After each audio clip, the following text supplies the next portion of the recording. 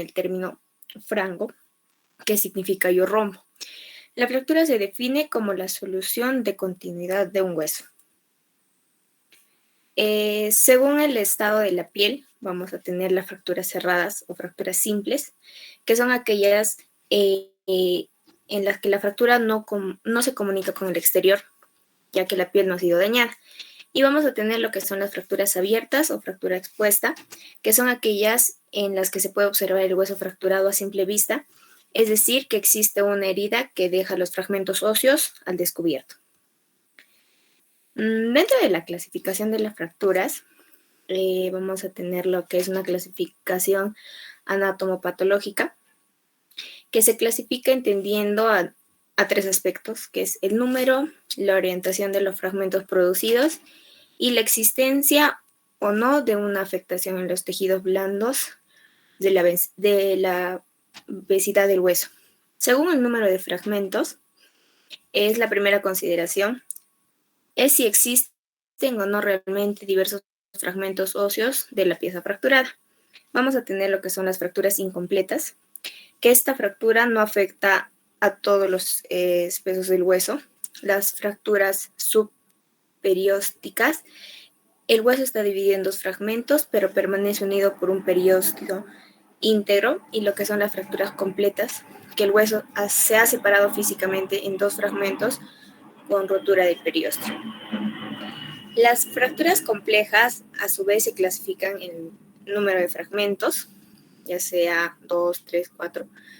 Cuando los fragmentos son muy pequeños, se denominan esquirlas. La localización dentro del hueso, que define la fractura en función de la parte ósea afectada, ya sean fracturas diafisiarias, metafisiarias, epifisiarias, y la dirección de la línea de la fractura, en función de su orientación respecto al eje principal, ya sea una fractura longitudinal, transversal, oblicua o espiroidea. Vamos a ver la clasificación de las fracturas cerradas. Esta clasificación es según Scherne y Oster, que se va a clasificar en 4. El grado 0 es cuando hay una mínima lesión de partes blandas por mecanismos indirectos, sin desplazamiento ni conminución.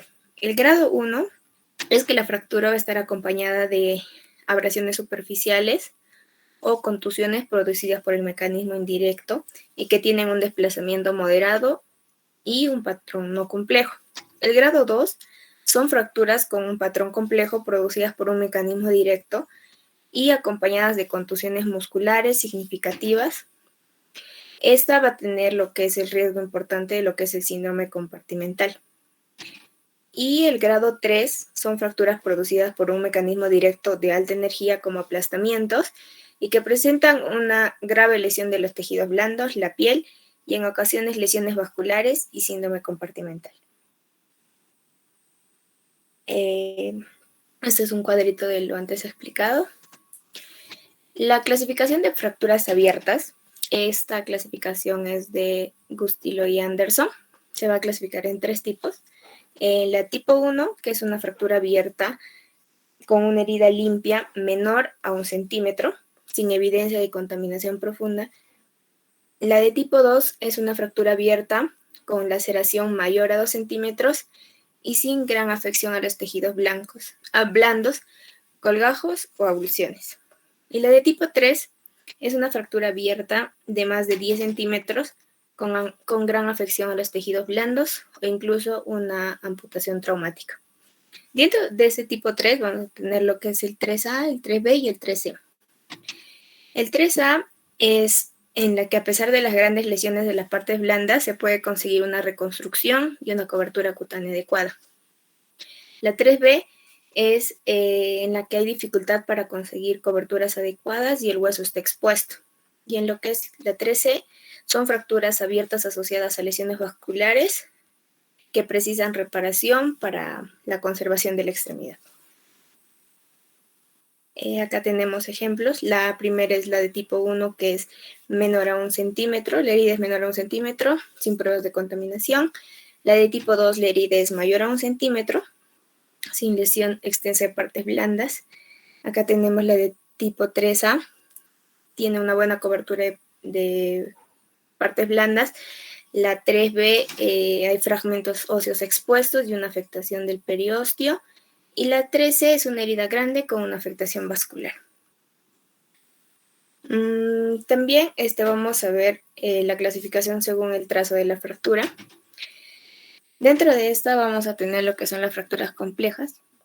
Vamos a tener las completas simples y las completas con desplazamiento. Las completas simples son aquellas en las que el trazo es único, que se va a generar solo 2 fragmentos óseos, sin desplazamiento. Y las completas con desplazamiento es en las que se pierde la alineación de los fragmentos, generando una fractura, y según el número de fragmentos se dividen en lo que es simples, que se dividen en 2 fragmentos. Bifocales pueden ser 3 fragmentos con intermedio en forma de alas de mariposa, como vemos en la cuarta imagen, y con minutas cuando tiene muchos fragmentos, como vemos en la última. Dentro de las fracturas incompletas, son aquellas en las que la solución de continuidad no afecta del todo el espesor del hueso, sino solo de las corticales, formándose un trazo fracturario sin separación de bordes óseos.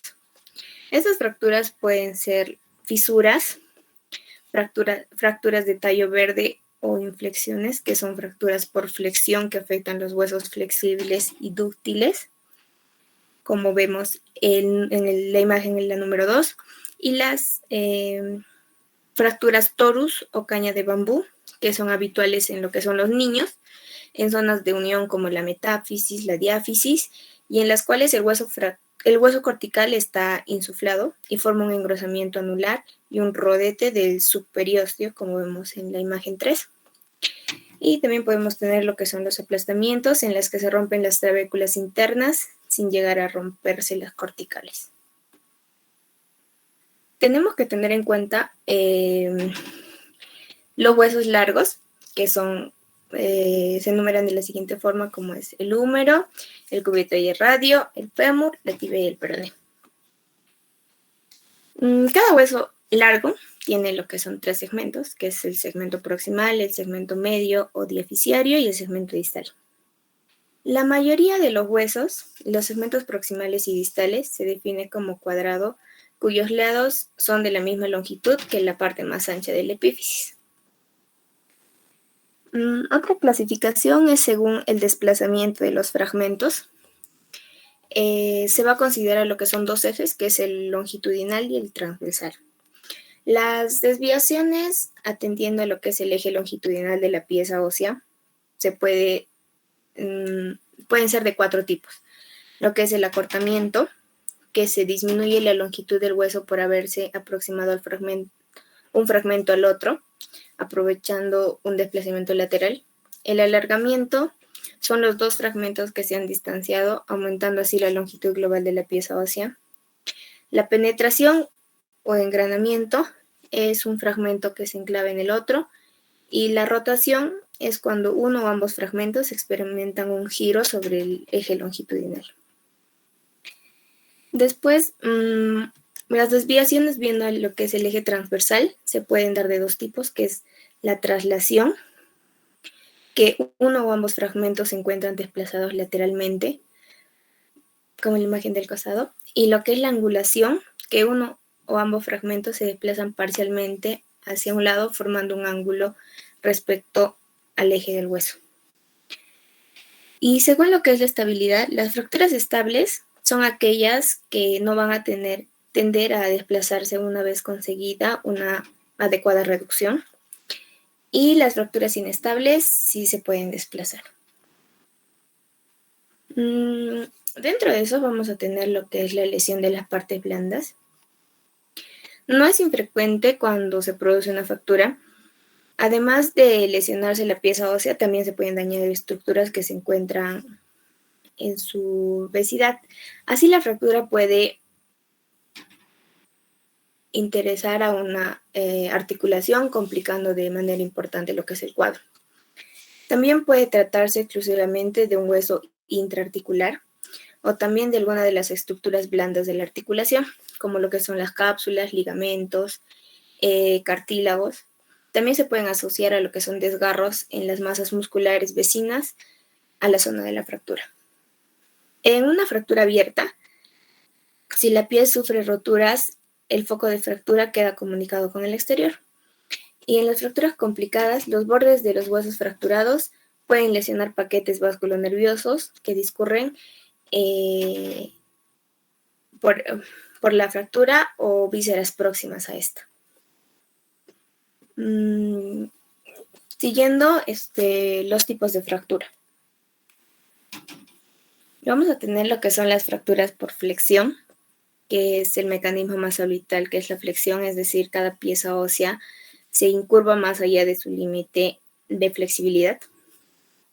Vamos a tener lo que es una incurvación plástica. En esto no va a haber separación de los fragmentos, pero sí una deformación de la pieza ósea. Eso solo pasa en lo que son los niños. Vemos un ejemplo al costadito. Las fracturas por compresión, la fuerza que ejerce en la misma dirección que el eje principal del hueso, lo van a comprimir y lo van a aplastar. En adulto es más típico en lo que son las vértebras. Las fracturas en rodete se va a dar en lo que son los niños. Un extremo fractuario se atasca en el otro, dando lugar a una zona con mayor densidad ósea. En la radiografía se ve como un rodete. Y las fracturas por tracción es la fuerza ejercida de la masa muscular, es tan intensa que arranca la cortical del hueso en la que se inserta, más habitual lo que son las tuberosidades, y reciben la denominación de fracturas por arrancamiento. También vamos a tener lo que son las fracturas por sillamiento. Este hueso experimenta lo que es la acción de dos fuerzas paralelas y convergentes, lo que se traduce a un efecto de guillotina, con mucho más daño, y da lugar a lo que son las fracturas oblicuas. Y las fracturas por torsión es cuando el hueso es sometido a una fuerte par de fuerzas que lo reduce para poder superar su resistencia, y esto es lo que se traduce a una fractura en espiral.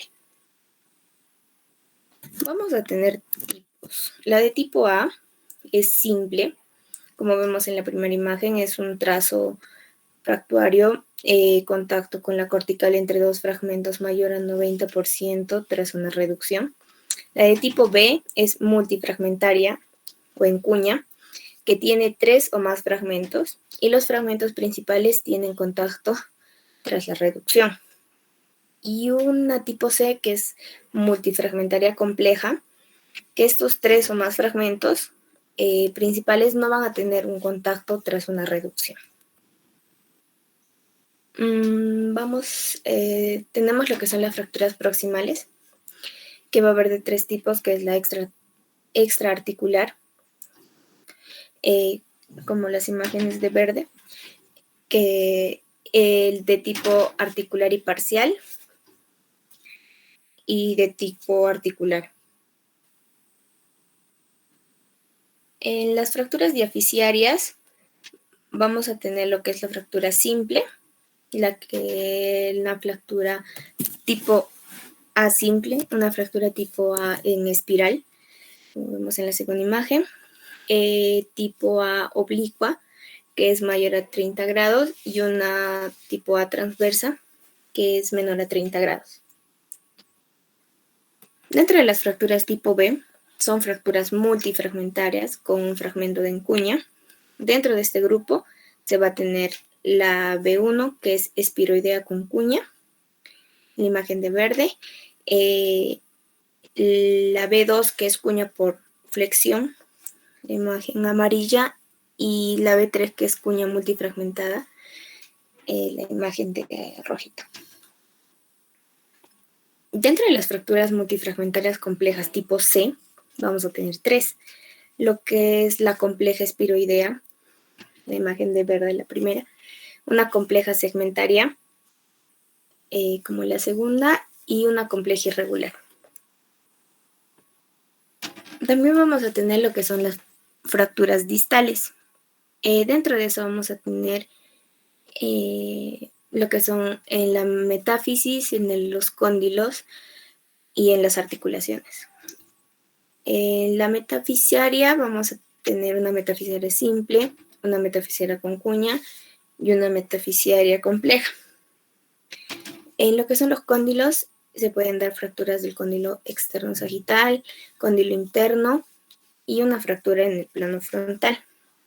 Y lo que son las fracturas articulares, se van a dar articular y metafisiaria simple, una articular simple, metafisiaria multifragmentaria y una articular compleja y metafisiaria multifragmentaria. También vamos a tener lo que son las fracturas en el húmero proximal, que se puede dar en la zona extraarticular unifocal, extraarticular bifocal y una fractura intraarticular. Y también en el fémur, en la zona trocantérica, en una fractura del cuello y una fractura de la cabeza. También las fracturas en el segmento maleolar, que se pueden dar en la imagen A, una lesión lateral externa intrasindesmal, una fractura del peroné intrasindesmal y una fractura del peroné suprasindesmal. Para el diagnóstico de las fracturas, vamos a tener 3 que son los pilares en los que se apoya el diagnóstico, que son las manifestaciones clínicas, lo que el paciente nos refiere y lo que podemos observar en él, una exploración física y una radiológica. Dentro de las manifestaciones clínicas vamos a tener que casi siempre va a existir un antecedente traumático. El paciente va a describir un movimiento, impacto o una caída que nos va a permitir hacernos una idea de la intensidad de la fuerza actuante y del mecanismo de actuación. El paciente va a referir que ha percibido un chasquido como algo que se ha chascado. El dolor es importante en la zona afectada y la incapacidad de movilizar. Estas van a completar la descripción aportada por el paciente. Dentro de la exploración física, vamos a encontrar al palpar la zona afectada, el paciente va a referir dolor, especialmente si nosotros comprimimos. Cuando hay mayor deformidad en la zona, vamos a tener tumefacción de tejidos blandos vecinos, una inflamación aguda, o bien un desplazamiento de fragmentos, que en este desplazamiento vamos a observar posturas anómalas del miembro en el que se encuentra el daño, o una movilidad anormal, que vamos a poder diferenciar en una fractura en sí, o una ruptura en una zona del hueso en condiciones normales que pone un límite al movimiento de la articulación. Pueden explorarse con precaución el dolor evocado al intentar movilizar o percutir levemente el extremo distal. También se puede observar la piel si hay signos de derrames sanguíneos, cuando aparecen hematomas o equimosis en la zona de la supuesta fractura, ya que el primer momento suelen darse una lesión de partes blandas. En una radiología es útil este estudio de huesos para ver lo que es una calcificación supone un excelente medio de contraste. Una radiografía en la zona sospechosa no es definitivamente para dar un diagnóstico de fractura. Siempre se deben obtener imágenes de 2 proyecciones diferentes, idealmente a 90 grados, para asegurarnos que no se nos escapa desviaciones de fragmentos o líneas de fractura disimuladas por una superposición de la imagen de otra pieza ósea. Es importante incluir en la exploración de la tonalidad del hueso y no únicamente la zona en la que la clínica sitúa la fractura. Deberían incluirse como norma las articulaciones proximales y distales al hueso afectado. Esto se hace con el objetivo de no perder otras lesiones que pueden quedar eclipsadas por la más llamativa. El tener 2 proyecciones ayuda a comprender la orientación de la fractura en los 3 planos del espacio.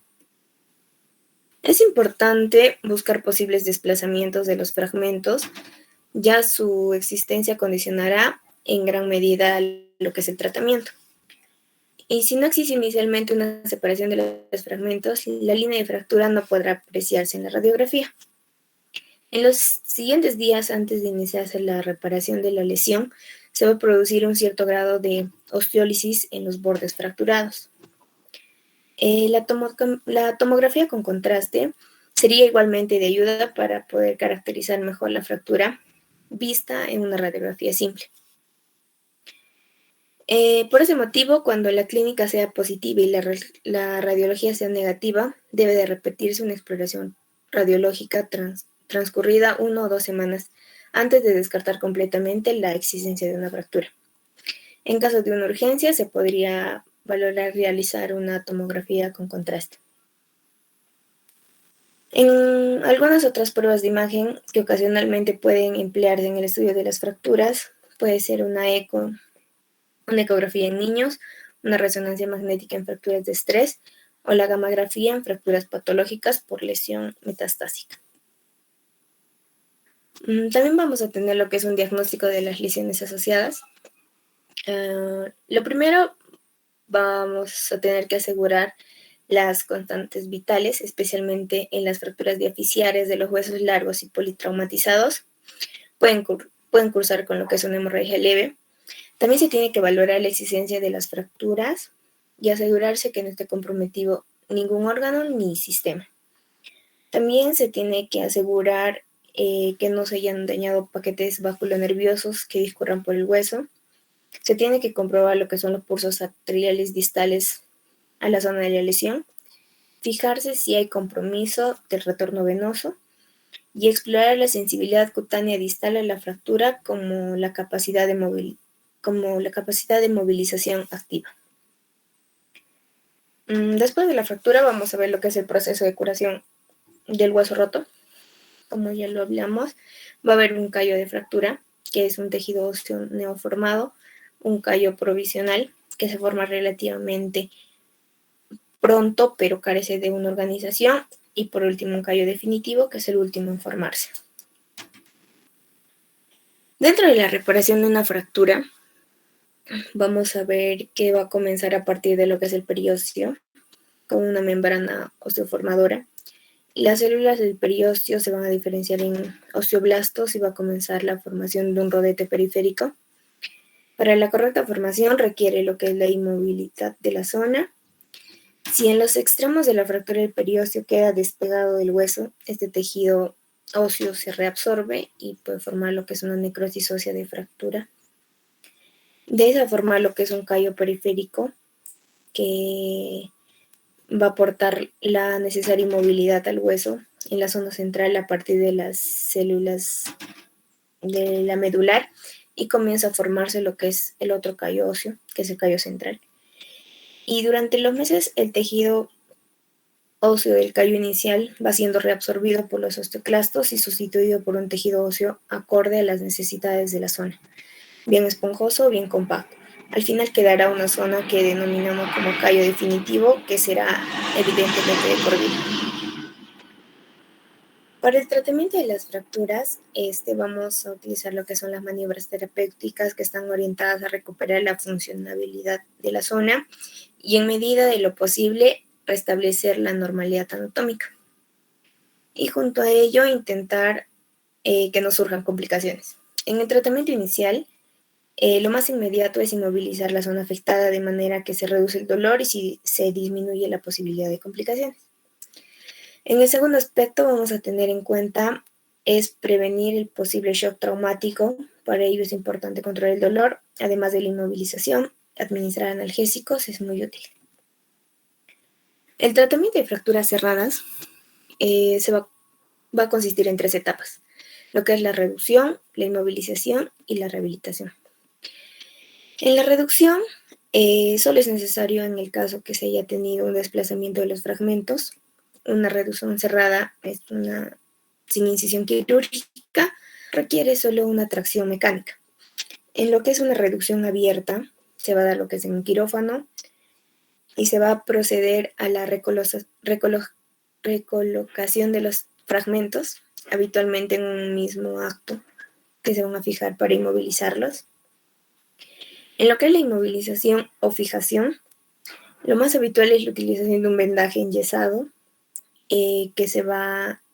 ese vendaje se va a mantener durante 6 semanas. Cuando la fractura sea suficientemente estable, se puede recurrir a lo que son las férulas externas. La tracción continua antes mencionada puede servir para mantener la fractura estabilizada, además de conseguir una reducción. También se puede dar lo que es la estabilización quirúrgica, que se da mediante materiales metálicos como tornillos, placas, clavos, agujas, funcionando como un modo de andamio que mantiene todo estable a la fractura. Y por último, lo que es la rehabilitación, que se da tras unas semanas de inmovilidad, la musculatura se va a atrofiar y las articulaciones afectadas van a perder lo que es la amplitud de movimiento, fundamentalmente por la retracción de la cápsula y los ligamentos. Por eso resulta muy importante realizar un específico plan para recuperar la fuerza muscular y la capacidad de movimiento. Y para el tratamiento de lo que son las fracturas abiertas, lo que se hace peculiarmente en las fracturas abiertas es se da una contaminación del foco de la fractura por estar expuesto al exterior, lo que se traduce como un riesgo de infección muy incrementado. En principio está contraindicado el yeso, ya que está contraindicado el yeso, pero se puede dejar como que una ventana abierta para poder vigilar la evolución de la herida. Además, la fijación interna puede ser peligrosa debido a que el material de osteosíntesis alojado en el hueso actuaría como material extraño, facilitando el desarrollo de una infección. Por eso, este tipo de fracturas es habitual recurrir a técnicas de fijaciones externas. Con respecto a la herida, se va a evitar un desarrollo de una infección que afecta al hueso y está indicada lo que es la reconstrucción. Con fin de evitar la infección, se aplica lo que es la quimioprofilaxis. Habitualmente se les puede dar cefalosporina, gentamicina y el tiempo variable según la evolución. Eso es todo, doctor. Muchísimas gracias, doctora. Ha dado una exposición muy bonita. Los ha dejado sin hablar a sus compañeros. Bueno, si hay alguien que quiera hacer algún aporte, por favor. Gracias, doctora. Le reitero el agradecimiento por la exposición. ¿Alguien que quiera hacer un aporte sobre el tema? Doctor Cristian Castillo, ¿algún comentario? Sí, doctor. También considerar que existen también ciertos factores predisponentes, ¿no? Que son los factores patológicos que pueden producir cierto grado de alteraciones en las estructuras del esqueleto. Tal es el caso, ¿no? De ciertas displasias fibrosas o la disostosis hiperparatiroidea, ¿no? Y que también tenemos las lesiones óseas osteolíticas que van a disminuir la resistencia del hueso, ¿no? Favoreciendo de manera significativa su fractura, ¿no? Esto se le considera como la fractura en hueso patológico con un traumatismo mínimo. Gracias, doctor. Doctora Janet Cruz.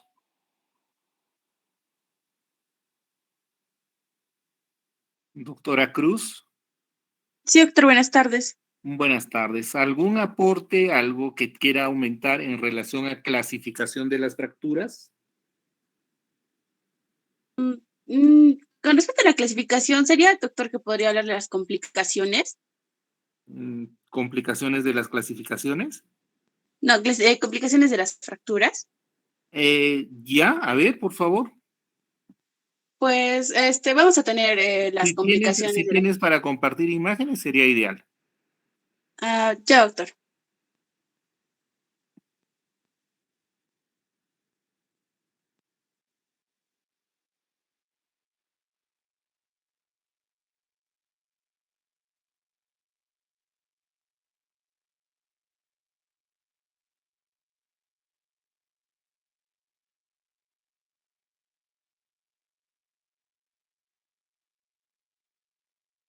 ¿Se logra ver, doctor? Sí, doctora. Bien, dentro de las fracturas vamos a tener complicaciones. Estas las vamos a clasificar en complicaciones agudas y las crónicas. Dentro de las complicaciones agudas vamos a tener una fractura abierta, un síndrome compartimental, la lesión nerviosa vascular y los embolismos. Y dentro de las complicaciones crónicas, pues vamos a tener las alteraciones de consolidación, una consolidación viciosa, una necrosis vascular, también el síndrome del dolor regional complejo y la miositis osificante. De las cuales dentro de la fractura abierta, doctor, vamos a tener grados, que es el grado 1, grado 2 y el grado 3, el cual vamos a dividirlo también el tratamiento que se haría en cada grado de estos, ¿no? Por ejemplo, el grado 1, que va a ser menos de 1 centímetro de dentro para afuera, se van a usar las cefalosporinas, un cierre primario, y tras el lavado y desbridamiento se debe tratar como una fractura cerrada. En el caso del grado 2, que va a ser de 1 centímetro a 10, vamos a hacer el uso de las cefalosporinas y los aminoglucósidos, cierre tras desbridar y también de elección clavo endomedular. Y si existen dudas sobre el estado de las partes blandas, se recomienda un tratamiento secuencial. Primero fijador externo y cambio por clavo de 7 a 12 días. Y dentro del grado 3, que son más de 10 centímetros de afuera a adentro, vamos a tener de 3 dentro de ellas, el grado 3A, que es posible cubrir el hueso, el grado 3B, que no es posible cubrir el hueso, y el grado 3C, que es donde va a existir una lesión vascular.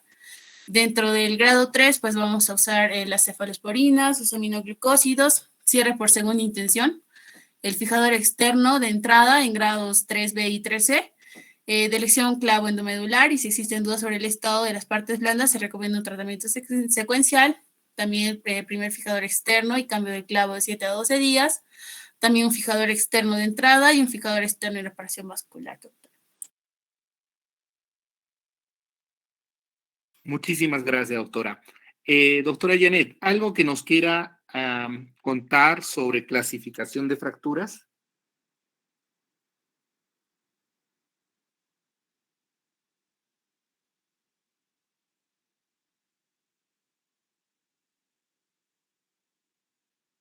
Doctora Flores Carrión, Presente, doctor. ¿algo que quiera acotar sobre clasificación de fracturas? Sí, doctor. Por ejemplo, tenemos fracturas según el sitio del hueso donde se producen. Por ejemplo, tenemos a las epifisiarias en la zona próxima a la articulación, las Perdón, doctora, que le metafisiarias. interrumpa. Si nos puede compartir sus imágenes, por favor. Ya, un ratito, doctor, por favor. Con el mayor gusto, esperamos.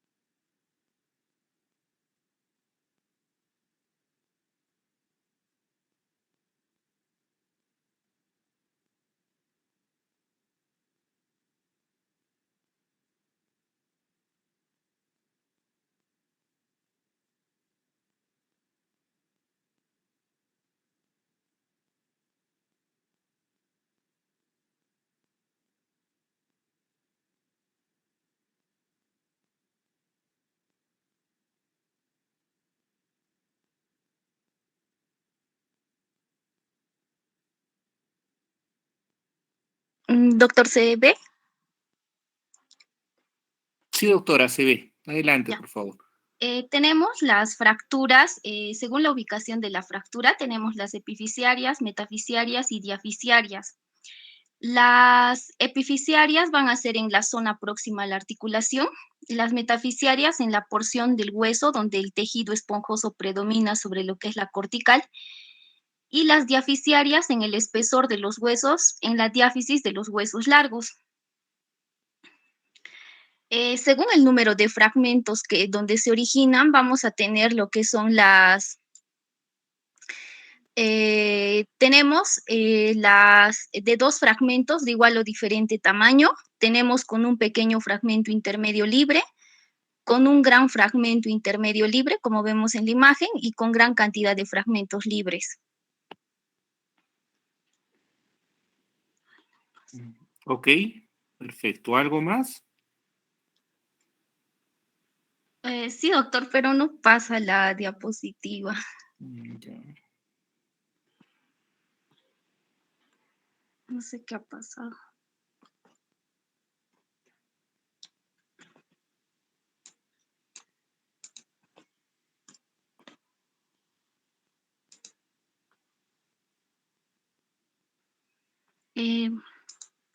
Luego tenemos, doctor, de acuerdo con la línea divisoria del hueso, donde están las fracturas completas y las fracturas incompletas.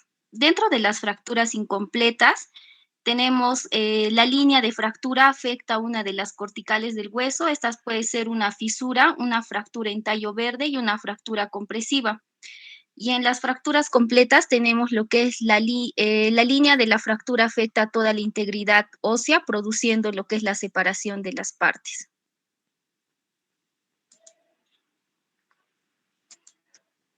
Según el rasgo de fractura, doctor, vamos a tener longitudinales, transversales, oblicuas y en espiral. Las longitudinales se va a dar a lo largo del hueso.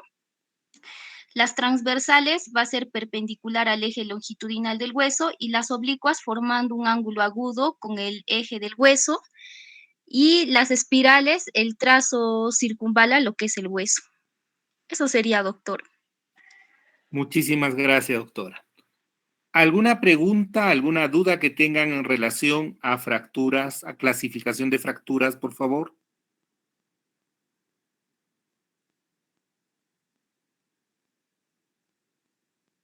Doctor Chara Damián. Doctor, buenas tardes. ¿Alguna pregunta, duda que tenga? Doctor, dentro de lo que es ¿pudiese acotar de repente, doctor, un poco la clínica de lo que es las fracturas, por favor? Claro que sí, doctor, adelante. Lo voy a proyectar, doctor.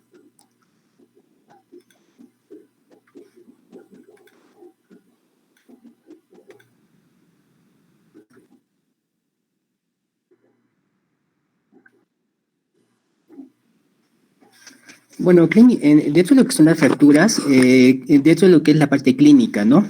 Dependiendo de la lesión de la fractura y de lo que pueda abarcar la lesión, se puede tener lo que es un dolor, de lo cual puede ser de moderado a severo, ¿no?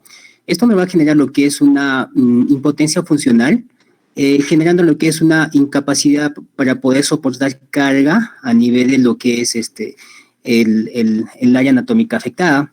Esto puede generar lo que es deformación de lo que es este segmento.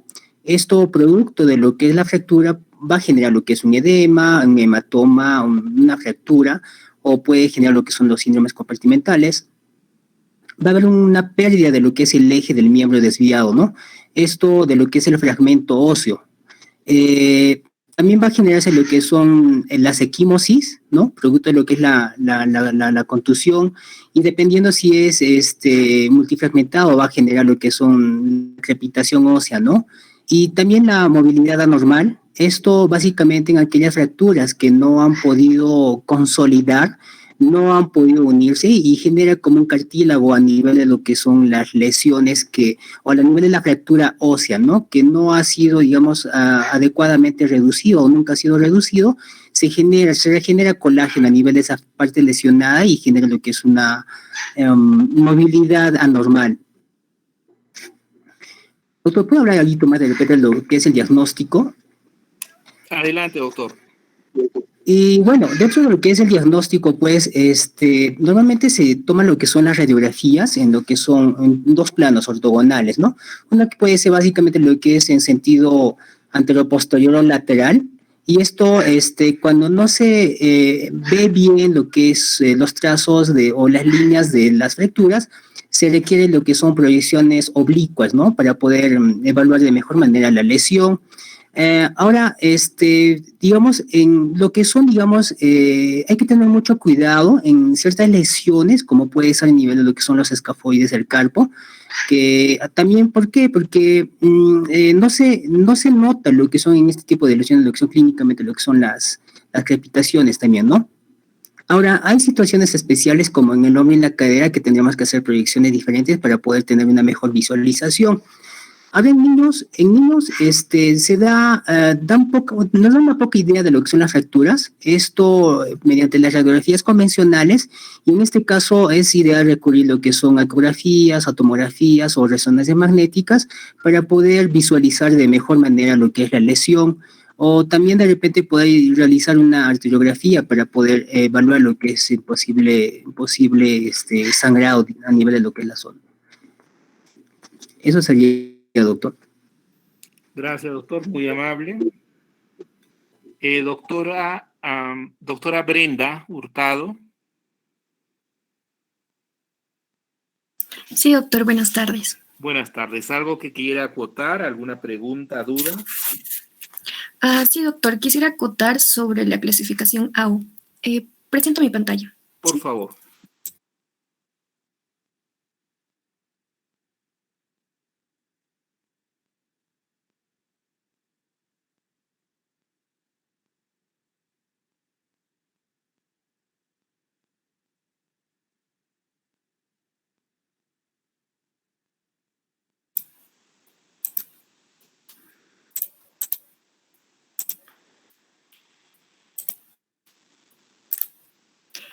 Ya. Bien, sobre la clasificación AU, vamos a ver que esta va a ser una clasificación integrada de fracturas de huesos largos que se va a encargar de establecer la gravedad de la fractura y también va a definir la orientación terapéutica y pronóstica, ¿no? Y además de esto también va a servir para la investigación.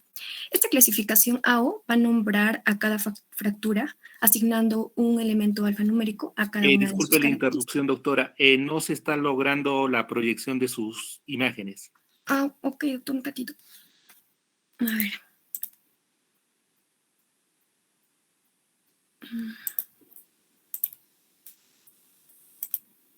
¿Aún nada, doctor? No, ustedes, doctores, ¿pueden visualizar? Bueno. No, doctor.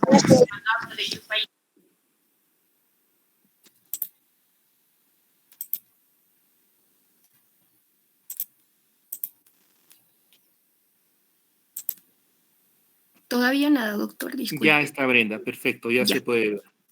Ya bien, continuando en esta clasificación, como les estaba comentando, esta clasificación nos va a servir para nombrar a cada fractura, asignando un número, un elemento alfanumérico a cada una de sus características, ya sea en el hueso en el que se localiza, el segmento óseo y el tipo de fractura, ¿no? De modo que cada lesión puede ser descrita por un código que en su forma más completa va a estar constituida por 5 caracteres. El primero va a ser aquí, donde vemos el cual se va a clasificar o lo vamos a describir como los huesos largos. En sí se van a enumerar de 4 maneras. 1 vamos a tener el húmero, el 2 se va a clasificar como cúbito y radio, y el 3 como el fémur y el 4 como tibia y peroné. Luego tendríamos el 2, el cual a su vez cada segmento se va a subdividir en 3 segmentos. El 1 va a ser el segmento proximal, el cual va a ser esta parte de acá arriba. El 2 va a ser el segmento medio, el cual va a ser la parte media del hueso. Y el 3 va a ser el segmento distal, como podemos observar en la parte de abajo de aquí. Luego de ello, a su vez, también van a haber tipos, como ya les comentaba. El tipo A va a ser simple, el cual, como vemos aquí, va a ser un trazo fracturado, con el cual va a tener un contacto cortical entre los fragmentos y va a ser de mayor reducción, ¿no? Luego tenemos el tipo B, que va a ser multifragmentario en cuña, en el cual se va a poder ver 3 o más fragmentos y los fragmentos principales van a tener un contacto tras esta reducción. Y en el tipo C vamos a ver que esta ya va a ser más compleja y van a haber 3 a más fragmentos de los cuales se van a poder observar, ¿no?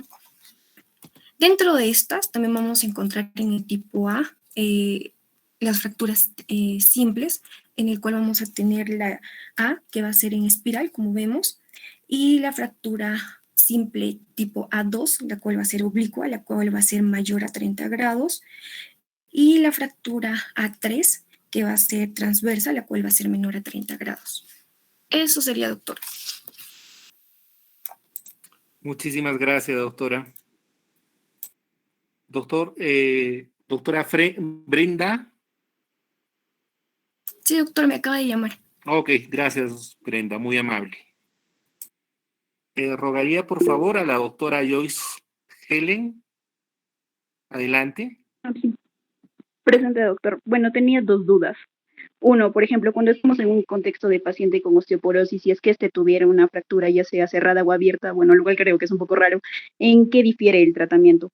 Porque he visto inclusive que en algunos pacientes en el tratamiento a veces no pueden, supongamos, hay excepciones, ¿no? Para que se dé, por ejemplo, las fijaciones internas y todo eso. Entonces, ¿en qué variaría más o menos el procedimiento?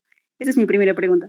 Y la segunda es en, por ejemplo, cuando se dan esas pequeñas fisuras que al inicio no se pueden notar en una radiografía y que se necesita cierto tiempo para volver a reevaluar al paciente, porque cuando empieza la osteólisis, en pocos días o semanas, es donde más se nota. Entonces, estos tiempos para volver a reevaluar al paciente, que creo que normalmente se le piden, como digo, en 2 o 3 semanas, es lo mismo para niños y adultos. Solo esas dos preguntas. Gracias, doctor Joyce. Doctora Emma Mariel, ¿está ahí?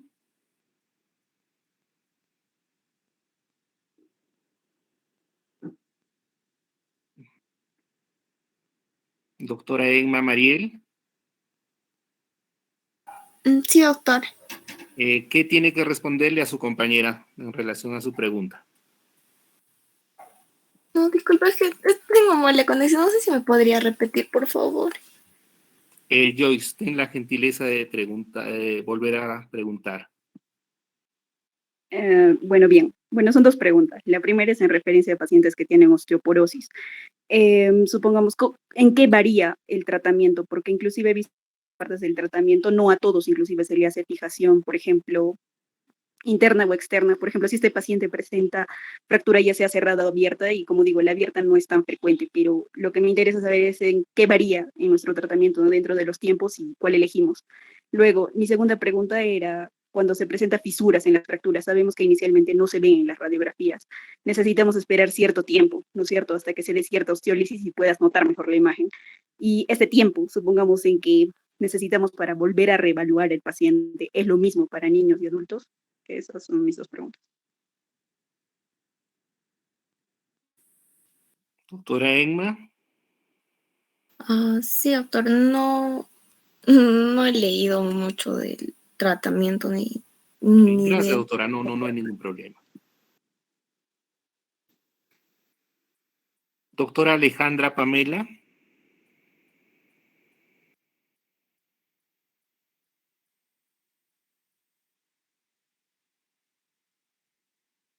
Doctora Alejandra Pamela.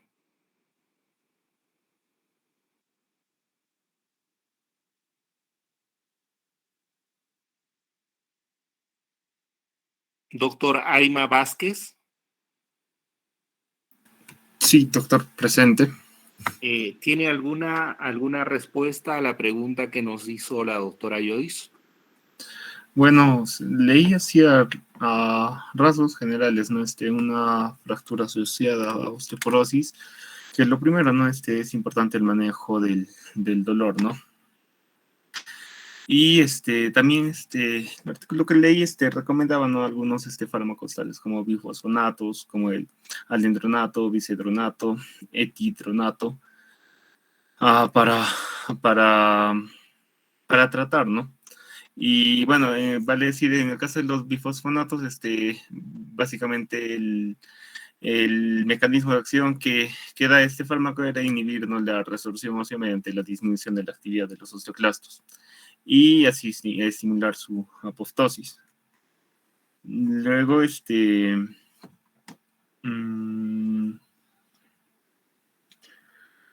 bueno, también en algunos, otros fármacos también utilizados era había una terapia combinada, ¿no? Mediante la asociación de alendronato y la hormona paratiroidea. Y es lo que pude leer acerca de eso. No sé si con eso podría responder, o sea, cómo era el manejo de un paciente con osteoporosis.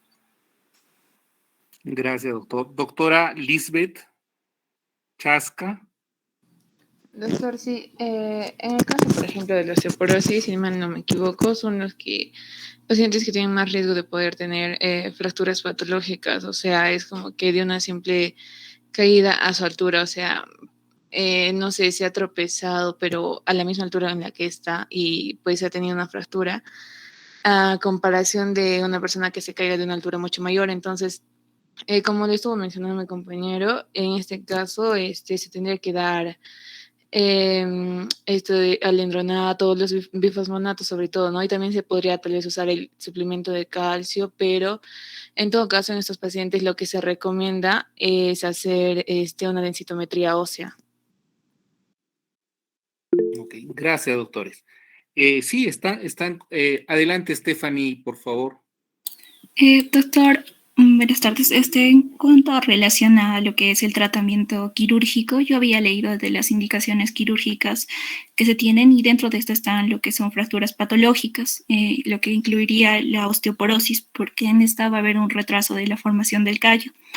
Y bueno, aparte de estas, dentro de las indicaciones quirúrgicas no solo están las fracturas patológicas, sino aquellas fracturas intraarticulares, las fracturas complicadas como son las que tienen desplazamiento o son consideradas inestables o tienen conminuta. También fracturas múltiples, en zonas múltiples, cuando hay presencia de luxofracturas o también un síndrome compartimental para hacer una descompresión de este. Y en cuanto es a cuál de los, en qué tipo, si son fijación interna o externa, las fijaciones externas, lo que es la osteotaxis, se utilizaría más que todo en fracturas abiertas para evitar riesgo de una infección y que esta llegue a generar una osteomielitis. Gracias, gracias, doctora Stephanie. Bueno, la pregunta es, está bien, tienen bastante noción de lo que estamos hablando y felicitarlos por eso. Bueno, más o menos, ¿cómo podemos enfocar una fractura por osteoporosis? La osteoporosis es un proceso, digamos, fisiológico a determinada edad de las personas, ¿no? Es una lucha entre los osteoclastos y los osteoblastos, en la cual los osteoblastos van a ganar. Es decir, hay mayor reabsorción que producción de masa ósea. Pues eso ya linda con lo que es patológica. Toda fractura por osteoporosis se considera fractura patológica. ¿Ok? En las fracturas patológicas, ¿qué tratamiento se debe hacer? Se debe hacer lo que es la reducción cruenta o simplemente el tratamiento conservador. Acá mucho depende de la personalidad de la fractura. Hay fracturas que a través de su trazo nos van a determinar, han visto, ¿no? Oblicua larga, oblicua corta, transversas, a través de su trazo nos van a determinar si se opera o no se opera. En la mayoría de los casos, lo que va a determinar más que la osteoporosis es el trazo de fractura. Hay fracturas, pese a que sean osteoporóticas, no se deben operar, se debe hacer un tratamiento conservador y concomitantemente a esto dar el tratamiento para la osteoporosis. Como dijo sus compañeros, los bifosfonatos, por ejemplo, el ácido alendrónico es un buen tratamiento. También se hacen tratamientos inmunológicos, como es a través de Prolia. ¿Okay? Se hace el tratamiento para la osteoporosis indistintamente al tratamiento que sea conservador o quirúrgico. El tiempo de consolidación en una fractura con osteoporosis, la diferencia a un hueso sano, no hay mucha diferencia, porque los procesos de consolidación ósea a veces no tienen mucha relación con el grado de osteoporosis. ¿Ok? Entonces, ¿de qué depende esto? Si hacemos tratamiento conservador o quirúrgico en una fractura con osteoporosis, es del trazo de la fractura. Es decir, si la fractura tiene una indicación quirúrgica, se opera. Si tiene una indicación no quirúrgica, es decir, aparato de yeso, en un ejemplo, se usa el aparato de yeso indistintamente si hay osteoporosis o no. Pero sí tenemos que usar lo que son los antirresortivos o un tratamiento para la osteoporosis. En la segunda pregunta que tenía relación a las fracturas que a veces no se ven, sí, efectivamente se llaman fracturas ocultas, le dicen vulgarmente. Es decir, un trazo que radiológicamente no se ve. Lo que se debe hacer en ese caso es mandarnos por la clínica. Hay una caída y hay dolor, sacas la radiografía y no se evidencia una imagen de fractura, hay que inmovilizar el miembro, evitar que haya apoyo, y el control radiológico se hace generalmente a los 10 días. Si en los 10 días persiste el dolor y no se ve la imagen de fractura, está indicado en ese caso una resonancia magnética o en su defecto una tomografía. Primero resonancia, si no tiene resonancia, tomografía. ¿Ok? Ese es el manejo de las 10 días.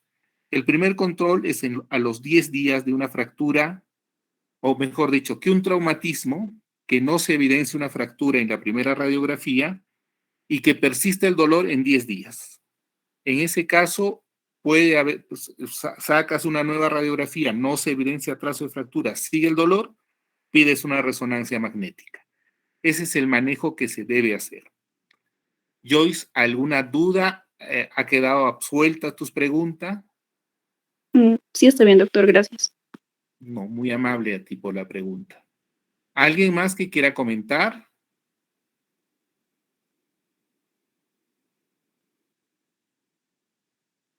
Doctora Gabriela Ortiz de Ceballos.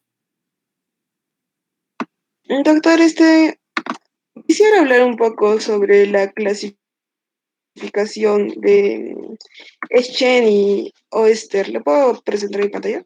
Claro que sí, adelante, la pantalla es suya.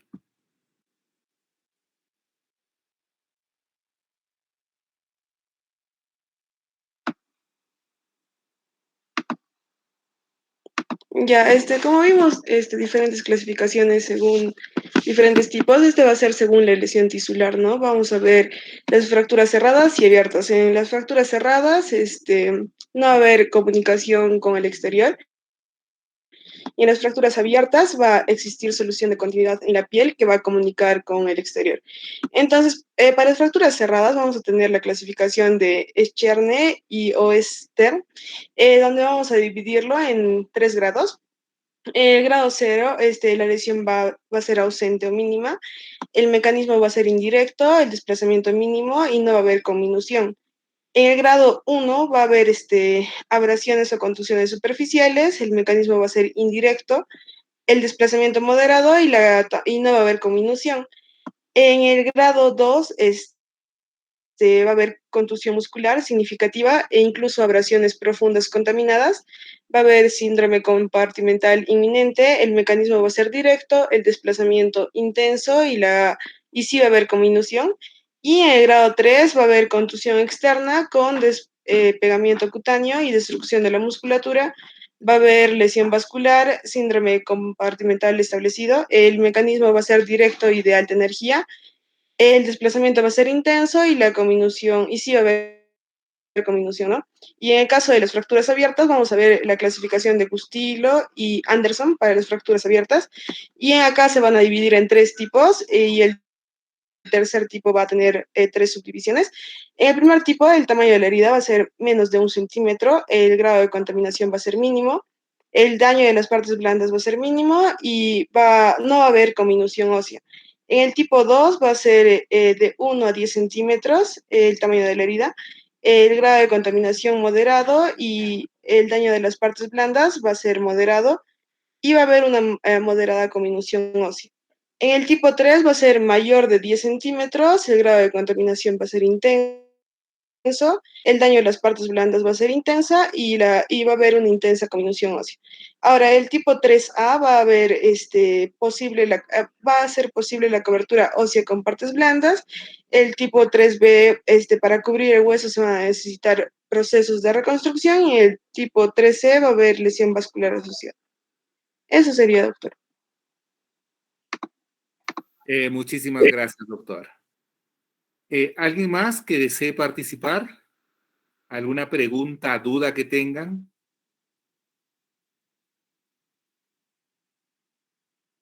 Ok, doctores, en tal caso los libero de la clase. ¿Dónde estás, Juan Diego? ¿Estamos contigo? Doctor, Hola. disculpe, ¿se puede hacer preguntas de tratamiento o estamos solo en tipos? Tipos de fracturas. Tipo de fractura, después vamos a ver, esto de tipos de fractura es una clase en generalidades, que después vamos a ver, por ejemplo, fractura de clavícula ya individualmente, el tipo de fractura de clavícula y vamos a entrar en detalles al tratamiento sobre el determinado tipo de fractura, ¿ya? Pero a ver, dime de repente, ¿tienes alguna duda? Dime, Sí, doctor, si nos podría hablar Mauricio. un poquito de lo que son las agujas de Kirchner. Kirchner, una cosa así. Ya, Kishna. Sí, doctor. A ver, dinos, habla, te escuchamos, estamos para escucharte. A ver. Bueno, doctor, de hecho, mi pregunta era si nos podía contar un poco, pero lo que yo sé es que son más que nada agujas que estabilizan fracturas pequeñas, ¿no? Como las fracturas en las falanges de los dedos. Pero tenía dudas sobre las demás aplicaciones. Creo que también se puede hacer en bolsa de tensión. Sí. Bueno, las agujas de Kirchner es un instrumental de osteosíntesis. Kirchner es un traumatólogo más o menos de los años 30, 32, es alemán, que es codiscípulo de Kuncher, de los famosos clavos de Kuncher, que sirven para, eso es un clavo endomedular, ya lo vamos a ver con calma, que sirven para estabilizar fracturas de fémur. Las agujas de Kirchner, ¿qué particularidad tienen? Van a tener la punta diamantada, es decir, en un triángulo, como una pirámide, la punta es decir, que penetran fácilmente. Estos materiales de osteosíntesis, cualquier material de osteosíntesis, la función que tiene es estabilizar la fractura y nada más, es decir, juntar los pedacitos de la fractura y mantenerlos quietos, ¿ya? Esa es la función de las agujas Kirchner. Las agujas Kirchner vienen en diferentes diámetros, es decir, grosores. Los grosores van más o menos de 0.8 milímetros a 1.5 milímetros. Mayores a 1.5 ya cambian de nombre y se llaman Steinmann, clavos Steinmann. Las agujas Kirchner, ¿qué función generalmente les damos? Sirven para estabilizar fracturas de huesos largos pequeños, falanges metacarpianos. ¿Ok? La banda de tensión, o también llamada técnica de Obenque, significa el uso de estas agujas más un cerclaje, es decir, un alambre circular en 8, que van a producir tensión a nivel del foco de fractura para facilitar su consolidación. Eso se llama banda de tensión. Se usan las agujas Kirchner más un cerclaje, es decir, las haces a dos agujas Kirchner, haces atravesar con un cerclaje en 8 y eso se llama técnica de Obenque o técnica de banda de tensión.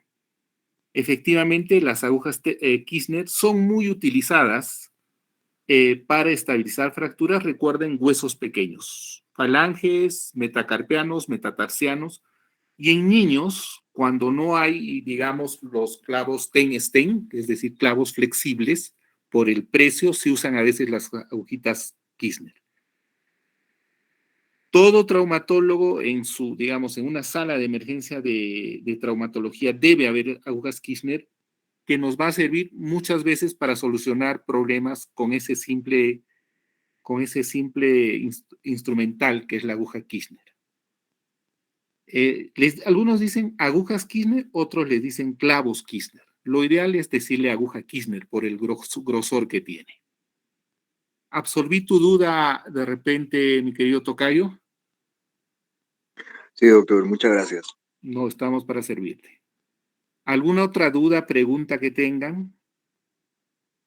Si de repente no han podido captar lo que les he dicho, no tengan vergüenza ni miedo.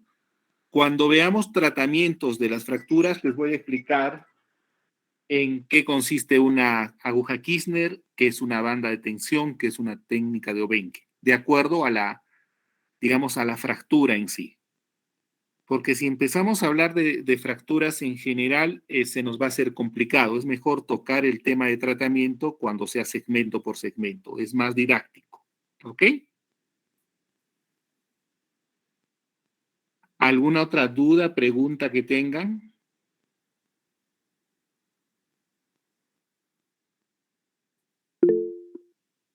Alejandra, adelante.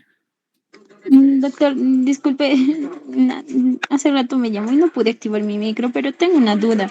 Disculpe, para lo que es la analgesia en lo que respecta a los pacientes por fracturas grandes, ¿Es la misma que se va a aplicar en fracturas menores?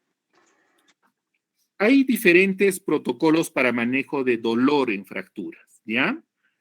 El protocolo va según lo que es el índice de EVA, ¿ya?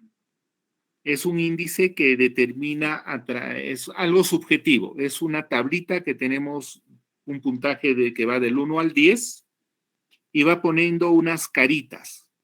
0, por ejemplo, es sin dolor, el 10 es el dolor más terrible que haya tenido uno. Pues uno presenta esa tablita al paciente y le dice, ¿dónde está tu dolor? Y de acuerdo al dolor que determine el paciente, porque el dolor no hay forma de medirlo, es netamente lo que el paciente nos pueda decir. Entonces, ahí puedes manejar lo que son desde opioides, analgésicos no opioides, y ese es el mecanismo, ¿no? Es decir, puedes dar un ejemplo, paracetamol, puedes pasar por el tramal, hasta terminar en lo que es la morfina. Mucho depende del dolor que el paciente refiera tener. El analgésico que es, digamos, adecuado en una fractura de un EVA más o menos 4 o 6 es el metamizol. Es buen analgésico. Después viene, por ejemplo, el uso del ketorolaco. Después viene ya el tramal o tramadol. Y después vienen los opioides, ¿no? La morfina, etc. ¿Quedó absuelta tu pregunta, Pamela? Sí, doctor, muchas gracias. Ok. ¿Algo más? ¿Alguna otra duda, pregunta que tengan?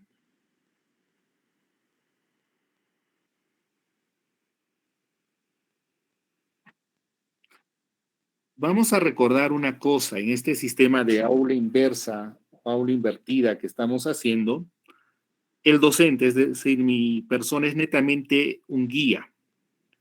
Los conocimientos ustedes los adquieren, entre ustedes lo discuten y yo solo soy una especie de tutor, administrador de los conocimientos que ustedes están adquiriendo. ¿Ya? Ok. Bueno, doctores, si no hay ningún otro comentario, pregunta que tengan, nos estaríamos viendo la próxima clase. Tengo la impresión que nos toca fracturas expuestas, ¿correcto? Juan Diego, ¿tienes el sílabus? Creo que está en otra clase, Juan Diego. No, doctor, ahorita no lo tengo en la mano. Sí, creo que son fracturas expuestas, Juan Diego. ¿Ya me confirmas? Entonces nos estaríamos viendo el próximo miércoles. Es fracturas expuestas de 2:30 a 3:30 más o menos la clase. Ya estamos entrando directamente a lo que es traumatología. Va a ser cada vez más dinámica las clases, más interesantes. La primera parte siempre es árida, generalidades. No se preocupen, posiblemente esta parte no va a entrar de generalidades en el examen, pero sí deben aprenderlas. ¿Ya? Está bien, doctor. Listo, doctores. Que tengan una bonita tarde. Cuídense, por favor. Con el grupo de práctica nos vemos el viernes. Tengo entendido, es a las 10 de la mañana, ¿correcto? Sí, doctor, 10 de la mañana, quedamos. Ya. Ya han presentado los dos la misma revista. ¿Está bien? Entonces vamos a seguir con clasificación de tobillo. Tengan listas sus placas radiográficas que vamos a seguir clasificando, ¿ya? Vamos a depurar un poquito mejor, vamos a mejorar lo que vendría a ser nuestra clasificación de Weber para tobillo. Todos deben salir de la práctica aprendiendo a clasificar tobillo, fracturas de tobillo, ¿ok? Usted, doctor, gracias. Listo, que tengan una bonita tarde, cuídense. Gracias, doctor.